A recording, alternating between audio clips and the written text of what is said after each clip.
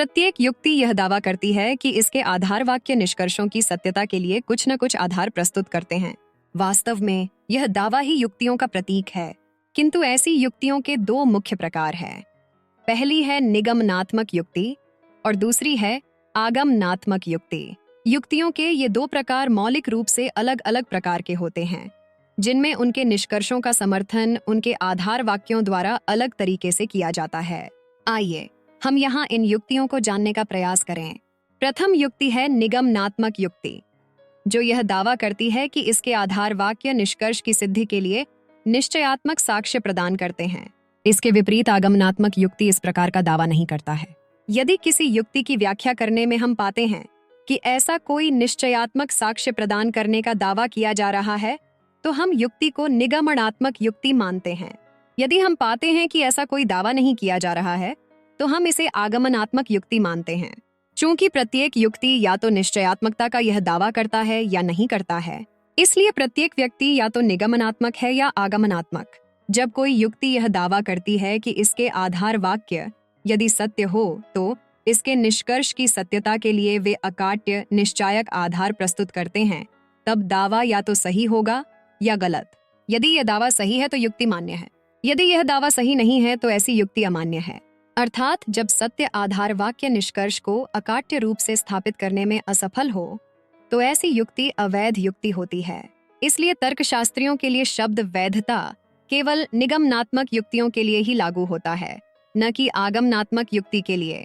यह कहना कि निगमनात्मक युक्ति वैध है का अर्थ यह कहना है कि यदि इसके आधार वाक्य सत्य है तो उसके निष्कर्ष के असत्य होने की संभावना नहीं है। इस प्रकार हम वैधता की परिभाषा देते हैं। कोई निगमनात्मक युक्ति तभी और केवल तभी वैध है यदि इसके आधार वाक्य सत्य है, तो इसका निष्कर्ष भी सत्य होना चाहिए। प्रत्येक निगमनात्मक युक्ति यह दावा करती है कि इसके आधार वाक्य इसके निष्कर्ष की सत्यता की गारंटी देते हैं, किंतु सभी निगमनात्मक युक्ति उस दावे पर नहीं चलते हैं। ऐसे निगमनात्मक युक्ति जो ऐसा करने में असफल रहते हैं, वे अप्रामाणिक अथवा अवैध युक्तियां हैं।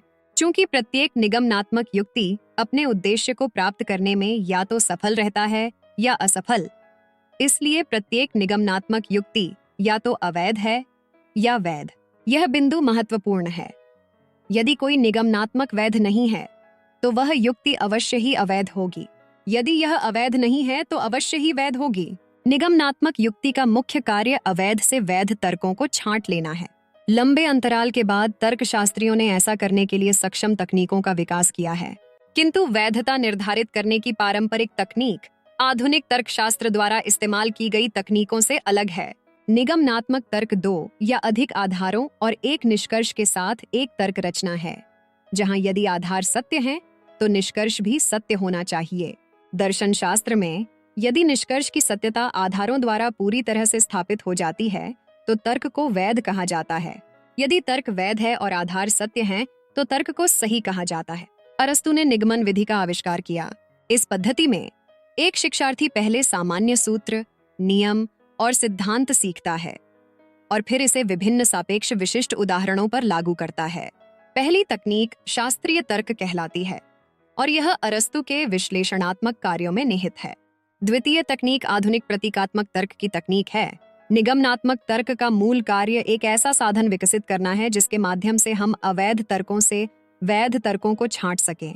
आगमनात्मक युक्ति यह दावा नहीं करते हैं कि उनके आधार वाक्य सत्य होने पर भी निश्चितता पूर्वक उनके निष्कर्षों का समर्थन करते हैं। यह कमजोर किंतु फिर भी महत्वपूर्ण दावा करते हैं कि उनके आधार वाक्य संभाव्यता के साथ निष्कर्षों का समर्थन करते हैं, जिसमें हमेशा निश्चयात्मकता का अभाव रहता है। इसलिए वैधता और अवैधता के बारे में जो निगमनात्मक युक्ति के संदर्भ में कहा गया है, वह यह आगमनात्मक युक्तियों में लागू नहीं होता है। आगमनात्मक युक्ति न तो वैध होते हैं और न ही अवैध। वास्तव में हम अभी भी उनका मूल्यांकन कर सकते हैं। वास्तव में आगमनात्मक युक्तियों का मूल्यांकन प्रत्येक क्षेत्र में वैज्ञानिकों के महत्वपूर्ण कार्यों में से एक है। किसी आगमनात्मक युक्ति के आधार वाक्य इसके निष्कर्ष के लिए कुछ साक्ष्य देते हैं और आधार वाक्य निष्कर्ष के लिए जितने अधिक संभाव्यता प्रदान करते हैं, युक्ति के गुण उतने अधिक होंगे। सामान्यतः हम कह सकते हैं कि आगमनात्मक युक्तियां अच्छा या सबसे खराब, अधिक मजबूत या अधिक कमजोर, और इसी प्रकार के हो सकते हैं। यद्यपि आगमनात्मक युक्ति में निष्कर्ष कभी निश्चित नहीं होता है, आगमन का सिद्धांत या आगमनात्मक युक्ति में निष्कर्ष कभी निश्चयात्मक नहीं होता है। आगमनात्मक तर्क सामान्य निष्कर्ष निकालने के लिए विशिष्ट अवलोकनों पर निर्भर करता है। उदाहरण, सूर्य मेरे जीवन के हर दिन उगता है, इसलिए सूर्य हमेशा हर दिन उगता रहेगा। निगमनात्मक तर्क या औपचारिक तर्क विशिष्ट निष्कर्ष निकालने के लिए सामान्य सिद्धांतों पर निर्भर करता है।